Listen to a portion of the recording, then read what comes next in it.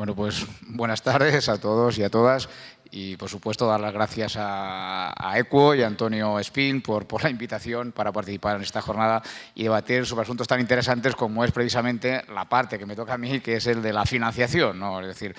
por un lado, sé que es un reto también intervenir en último en una jornada donde además ya me han comentado que ha habido bastante debate esta mañana, pero bueno, creo que no está mal el poner colofón dentro de lo que es este gran debate de ideas a la parte quizá más tangible y más prosaica, que es el de la financiación, ¿no? Es decir, aquí, a pesar de que mi intervención, obviamente, no escamoteamos nada ni queremos, por así decir, eludir la responsabilidad de financiación, quiero advertir que yo voy a hablar más del plano conceptual. Es decir, no solamente cuando hablamos de financiación hablamos de números, los números evidentemente hay que calcularlos, hay que ver lo que cuestan las cosas, pero lo que yo creo que conviene en jornadas como esta es hablar de los mecanismos que tenemos disponibles y, como digo, más desde el punto de vista conceptual que desde el punto de vista estrictamente de miles o millones de euros. Los residuos, obviamente, y hablamos de los residuos de competencia municipal, han acompañado al hombre desde que el hombre es hombre, ¿no? O sea, forman parte de la historia de la humanidad y, además, en el plano municipal, pues probablemente la gestión de los residuos urbanos es uno de los principales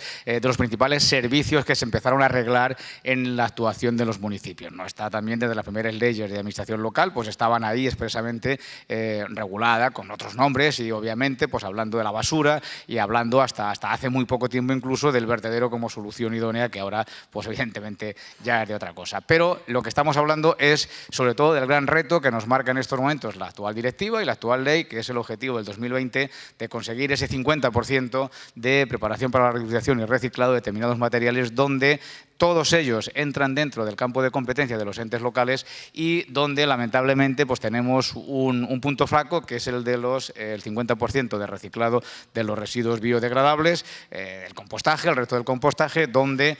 pues realmente es un talón de Aquiles y todos los datos están diciendo que va a ser muy difícil cumplirlo en el caso de España y, fundamentalmente, por la parte financiera. Yo voy a hablar aquí de los dos grandes mecanismos que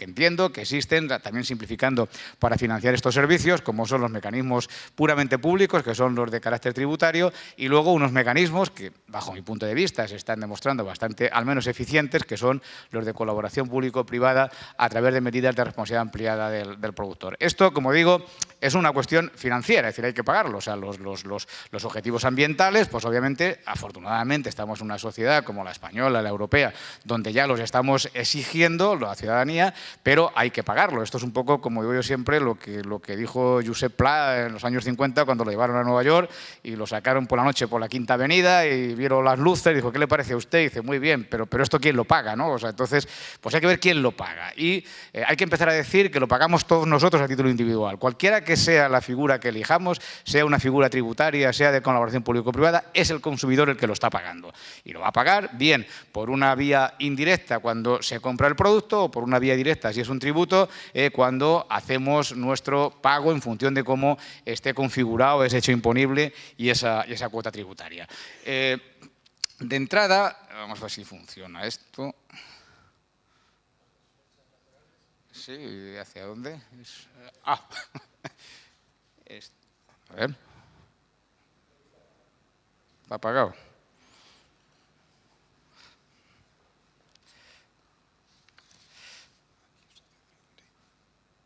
Ahí. Bueno, pues en la intervención mía, en la que yo proporcioné a los organizadores de la jornada, había una primera introducción sobre competencias municipales en materia de residuos. Obviamente se dan por sabidas, era simplemente una introducción, pero sí que quería hacer una primera reflexión en el sentido de que la financiación de los residuos urbanos o de los residuos de competencia municipal descansa, en primer lugar, sobre las exigencias que se deriven de la normativa. En este sentido, la regulación actual, que es la Ley 22/2011, quizá no ha sido todo lo fina que debiera y ya de por sí interviene una complejidad en estos servicios como son en la propia definición, ¿no? Se abandona el antiguo concepto de residuos urbanos, se sustituye por el de residuos domésticos y, en realidad, bueno, crea cierta confusión, sobre todo en lo que son estos servicios que pueden prestar los entes locales con carácter potestativo e incluso la forma en la que se van a financiar e incluso las obligaciones que mezcla las de los ayuntamientos con los de las comunidades autónomas en lo que son pues, las facultades de vigilancia e inspección de la correcta gestión de los residuos comerciales peligrosos que no son de competencia municipal. Pero bueno, estas las vamos a saltar y obviamente están ahí, es una reflexión sobre la problemática que ha planteado y sobre todo pues el problema que plantea para la ejecución diaria en los ayuntamientos, y nos vamos a centrar ya en la parte de la financiación. Financiación, como digo, o sea, al final lo que tenemos son unos servicios obligatorios de los entes locales, sobre todo ese gran objetivo de conseguir el 50% de reciclado en el año 2020, fundamentalmente de los que son los residuos biodegradables, y lo que tenemos que ver es cómo se paga. Es decir, José Luis anteriormente, pues obviamente ha explicado hacia dónde tenemos que ir, y ahora lo que tenemos que ver es la parte pues menos poética, que es con qué se paga y con qué recursos se paga. A la hora de ver los mecanismos financieros, pues de las administraciones públicas, pues casi está ya todo inventado, ¿no? O sea, tenemos unos mecanismos públicos que son por la vía tributaria o, en este caso, en materia de residuos, unos instrumentos bastante novedosos que son los de colaboración público-privada derivada de las medidas de responsabilidad ampliada del productor. Medidas que, como sabéis perfectamente, pues se están aplicando fundamentalmente en lo que afecta a la actuación de los entes locales en materia de envases, con los dos grandes SIG, que alguno ha estado por aquí esta mañana, pero también en materia de pilas, en materia de RAEs e indirectamente pues en algunas otras, como pueden ser residuos de medicamentos o incluso pues, actuaciones en materia de neumáticos en puntos limpios. Pero fundamentalmente, obviamente, en lo que son los envases ligeros. Y dentro de los mecanismos públicos, pues tenemos unos tributos, unas figuras tributarias que pueden ser no finalistas y otras que son finalistas. Obviamente, el establecer la financiación de servicios públicos locales, en este caso de los residuos, con tributos no finalistas, pues realmente ayuda muy poco a objetivos como los que se han estado comentando antes del pago por generación o conseguir que quien contamina paga se traduzca en quien más contamina, contamina más, ¿no? Porque realmente es muy difícil en estos tributos no finalistas fijar muy bien el hecho imponible y, en segundo lugar, esa recaudación que se ha hecho sobre activos ambientales pues no repercute directamente en lo que es la reparación de ese perjuicio que se ha podido ocasionar como consecuencia de esa actividad que es la agravada. Ejemplos claros de tributos no finalistas, pues el IBI o el impuesto de actividades económicas, donde son tributos que gravan, pues en un caso la vivienda y en otro caso el ejercicio de actividades económicas en un municipio y que en teoría sirven para la recaudación, para financiar todos los gastos que se derivan de tener una vivienda abierta, de ocupar una vivienda o de ejercer una actividad, pero que no son finalistas, es decir, va a la caja de cada ayuntamiento, que es el que lo recauda, y luego con esa recaudación el ayuntamiento pues obtiene fondos como puede obtener por otras vías, como son los ingresos procedentes de los fondos del Estado, ¿no? Por el contrario, algo que quizá también sea una figura complementaria, lo de los tributos finalistas, pues tenemos o tasas de basuras directamente para financiar determinados servicios, sobre todo aquellos que no están cubiertos por la responsabilidad ampliada del productor, o un ejemplo que yo le voy a dedicar ahora aquí un poco más de contenido, como es el de la financiación de los cánones de vertido establecidos en Cataluña con una ley del año 2008 que sí que son finalistas, aunque nuevamente nos coloca ante lo que yo decía al principio, es decir, bueno, sí, son finalistas, retorna la recaudación a actuaciones que hagan los municipios, son desincentivadores porque obviamente una tasa que grava los vertederos, el depósito en vertedero es desincentivador de ese uso y indirectamente, bueno, directamente está forzando al empleo del reciclado, pero al final lo que nos coloca es que quien lo está pagando son también los municipios, con lo cual tampoco es lo ideal, ¿no? Este ejemplo, bueno, pues tenemos, como digo, estos cánones que se utilizan en Cataluña, los tres gravan el depósito en vertedero, también la incineración en el seno de Cataluña, pero, bueno, están bien porque se crea un fondo, que es el Fondo de Gestión de Residuos, es un fondo que está gestionado y está adscrito a la Agencia de Residuos de Cataluña, o sea, es un modelo que perfectamente se podría plantear el hacerlo aquí en la Comunidad de Madrid, es decir, bueno, pues crear también este tipo de tributos que graven los vertederos, que como mínimo se conseguiría el que fuera desincentivador el empleo de ese método, que es el último en la jerarquía y que forzara el empleo del reciclado, se podría crear este fondo que se nutria, además de la recaudación de estos impuestos, pues con las sanciones que se impongan en materia de residuos, por ejemplo, con fondos de la comunidad autónoma y del Estado. Y luego, como digo, es finalista en la medida en que lo que se persigue es financiar actuaciones que pongan en marcha fundamentalmente los municipios a través de lo que son los programas específicos, y uno de ellos es el programa específico de actuaciones en materia local, ¿no? Claro,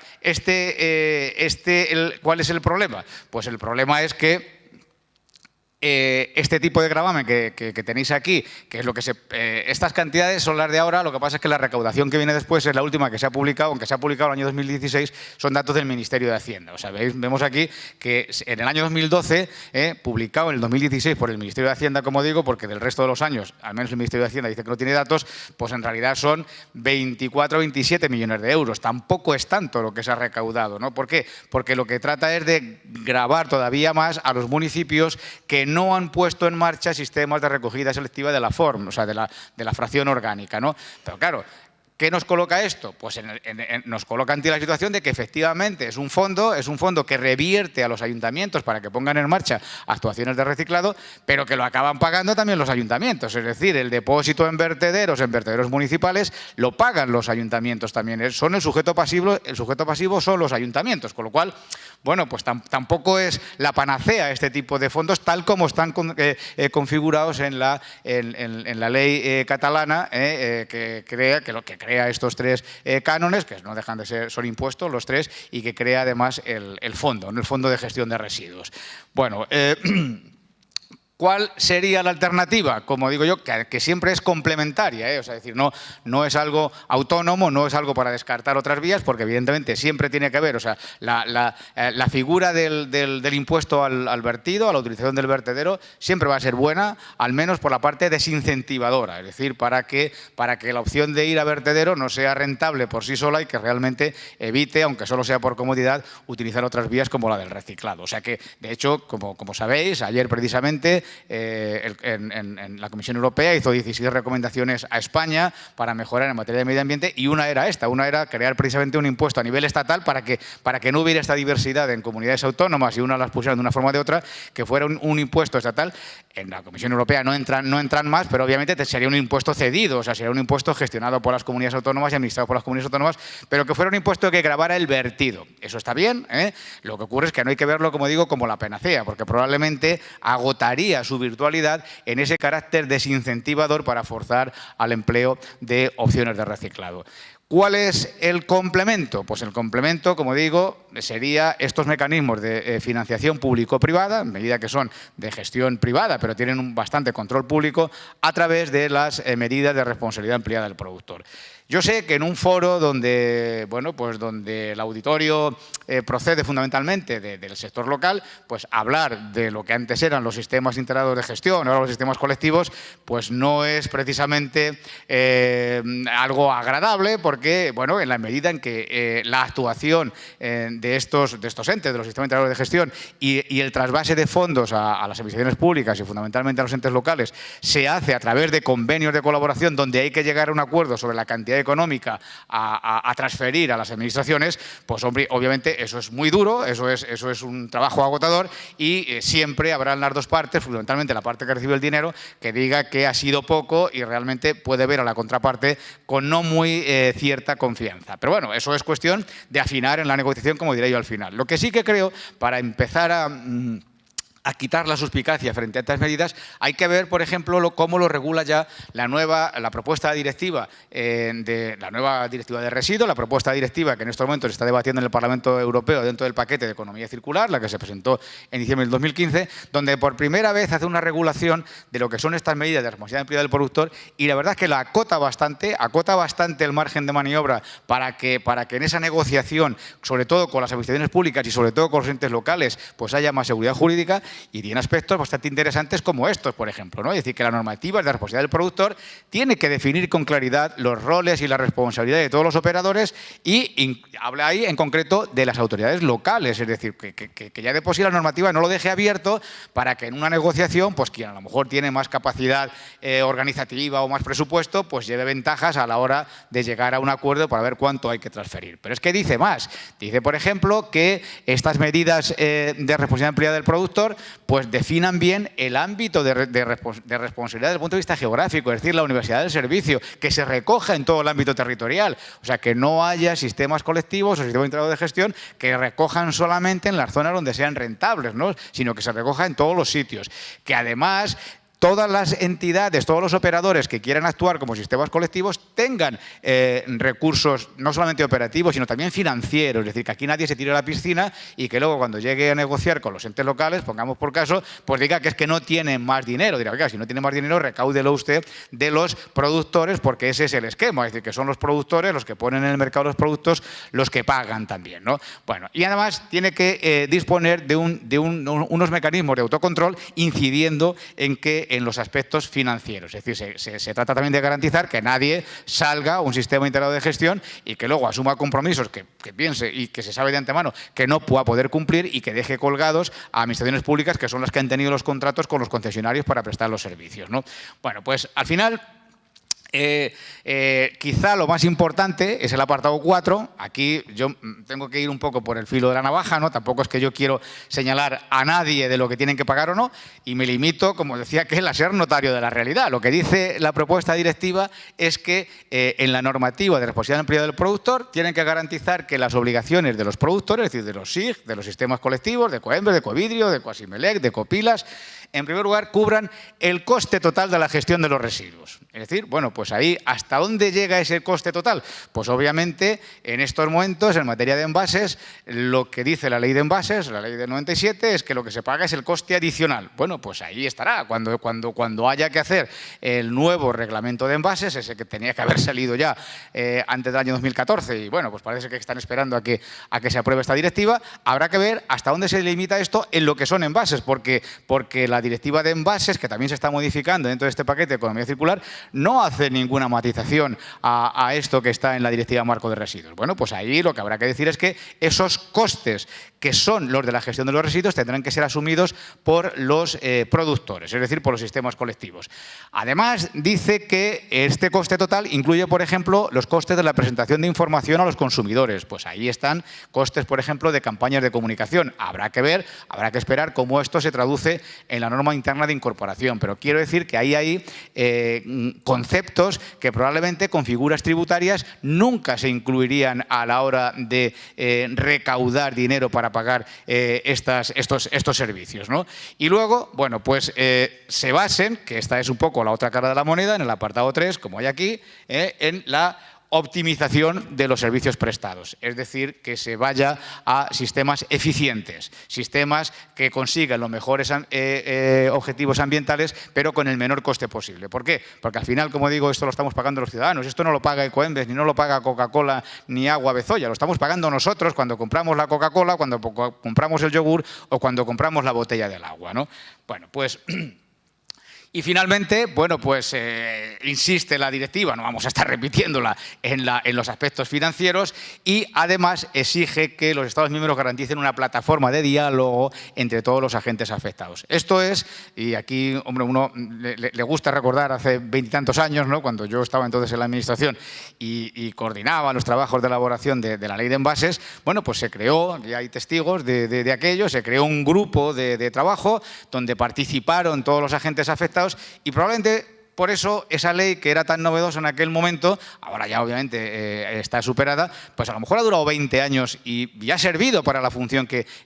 pretendía, aunque obviamente sea mejorable, ¿no? Bueno, pues ahora la directiva dice que esto va a ser obligatorio, es decir, no va a ser algo que sea por algo de unos voluntaristas de aquel momento que éramos jóvenes y teníamos muchos pájaros en la cabeza, sino que va a ser obligatorio. Bueno, ¿y a qué nos coloca esto? Bueno, pues nos coloca, como digo, en que complementariamente a lo que son los mecanismos de financiación por vías tributarias, pues yo quiero resaltar las ventajas de estos mecanismos de colaboración público-privada a través de la responsabilidad del productor, que es complementario, insisto, no es excluyente, es complementario. ¿Cuál es la primera ventaja? Bueno, pues cuando estamos hablando de una administración pública y cuando estamos hablando del momento en el que estamos, bueno, pues la primera es que no computa estos ingresos y gastos, no computan a efecto del cumplimiento de déficit presupuestario y lo que son los objetivos de déficit del plan de convergencia, que es también un poco nuestro cuchillo que tenemos encima, al menos mientras estemos en este escenario europeo y los compromisos que España tiene como Estado miembro. Y los objetivos de déficit que principalmente, además, los que más rígidamente los tienen que cumplir son los entes locales, ¿no? más que otro tipo de administraciones. La segunda es que, quizá como consecuencia de lo anterior, los entes locales no tienen que repercutir a los ciudadanos el pago de estos servicios o el cobro de estos ingresos. En una figura tributaria, pues obviamente, al final es la administración la que lo tiene que repercutir a sus ciudadanos, vía tasas, por ejemplo, ¿no? O vía impuestos. En este caso, es el sector privado el que lo lleva vía precio al ciudadano, pero no es la administración lo que lo repercute. La administración, obviamente, tiene que pagar sus servicios y tiene que pagar al concesionario, recibirá un dinero de los sistemas colectivos, pero no lo tiene que repercutir cuando haga esos ingresos al ciudadano, como digo, sino que quien lo repercute es el sistema colectivo de responsabilidad privada del productor. Hay también una simplificación burocrática, obviamente. O sea, en estos casos, pues la administración no tiene que, con independencia de que tenga, en los casos de la recogida, por ejemplo, que tenga que hacer sus procesos de contratación, pero en este saldo de ingresos y de gastos, pues no tiene que hacer una burocracia garantista del procedimiento administrativo como lo tendría en cualquier otro servicio, ¿no? Además, muy importante lo que tenemos aquí en cuarto lugar, que es el fraude, o sea, es decir, en este caso, cuando hablamos de colaboración público-privada en responsabilidad del productor, son casi mecanismos cuasi tributarios, solo que de gestión privada. Es decir, al final hay una recaudación por parte de las entidades gestoras de los sistemas colectivos, que es cuando los envasadores, pongamos por caso, le pagan a Ecoembes o Ecovidrio y después ese dinero pasa a los entes locales, a las administraciones públicas, obviamente después de pagar también sus costes de gestión. Bueno, pues en este caso, si hay un fraude y hay envasadores o hay productores de aparatos eléctricos y electrónicos o de pilas, como hablábamos algunos, sin señalar a nadie, de los que vienen de China, importaciones fraudulentas que no declaran, en ese caso no exime de responsabilidad al pago de los sistemas colectivos a los entes locales. Es decir, si en el convenio de colaboración que hayan suscrito, o bien Ecoembes y Ecovidrio, o bien los SIC de RAES, por ejemplo, cuando pagan por los puntos limpios, se ha establecido el pago de X euros por tonelada, no puede ser una excusa, es decir, que es que luego hay un 20% de fraude, hay unos free riders por ahí que no están pagando. Es decir, mire, eso es su problema. Usted tiene que pagar esto y es usted quien tiene que controlar y quien tiene que evitar que llegue ese fraude, incluso pidiendo ayuda a las administraciones públicas. Cuando tenemos un sistema tributario, pues probablemente la situación en la que coloca al ayuntamiento, a la administración es distinta. Es decir, bueno, pues si no tenemos, obviamente, un ayuntamiento o una administración pública, si no tiene recursos, o se endeuda o no puede contratar. Por lo tanto, como digo, en este caso es una ventaja. Aquí, cuando los sistemas colectivos, en materia de envases, por ejemplo, hace unos años,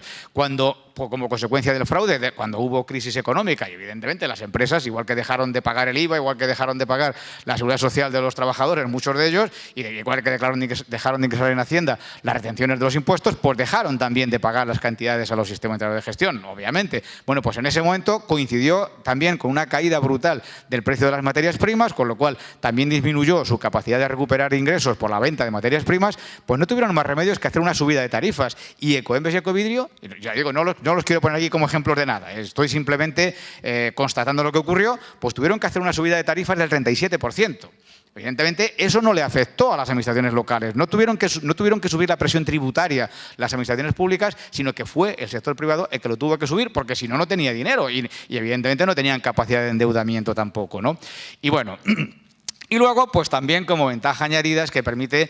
cubrir costes que no van directamente ligados a la gestión de los residuos, como son lo de las campañas de comunicación. Cualquiera de estas ventajas, como digo, después de una negociación muy dura con ellos, evidentemente, como son todas las negociaciones, pero aquí lo que yo quería resaltar eran las ventajas. ¿Cuál es el reto, entonces? Pues el reto para las administraciones públicas es el que estábamos diciendo, es decir, pues hombre, avanzar y perfeccionar y especializarse en lo que es la correcta negociación de los términos a los que tienen que llegar con los sistemas colectivos. Es decir, que no se diga que es que ha sido porque esa negociación ha estado viciada, porque a lo mejor tienen más medios los sistemas colectivos y están mejor asesorados. Bueno, pues ahí yo creo que después del tiempo que hay, casi 20 años, del año 1998 en envases y más de 10 en el resto de sistemas de responsabilidad privada del productor, pues lo que hay que hacer es llegar al máximo para que esa negociación sea justa y que responda realmente a lo que tienen que pagar los sistemas colectivos, que ellos no se van a negar si el proceso de negociación termina y se lleva en términos correctos. Y luego, pues, el siguiente reto, obviamente, es también determinar de una forma racional con lo que son los otros mecanismos financieros que son necesarios para financiar aquellas partes que no están cubiertos por la responsabilidad privada del productor. Y aquí lo que iríamos sería pues, a los otros mecanismos que se han expuesto antes, que normalmente serán los de carácter tributario. Bueno, yo por mi parte nada más y aquí en el coloquio pues podemos cambiar impresiones todas las que queráis. Muchas gracias.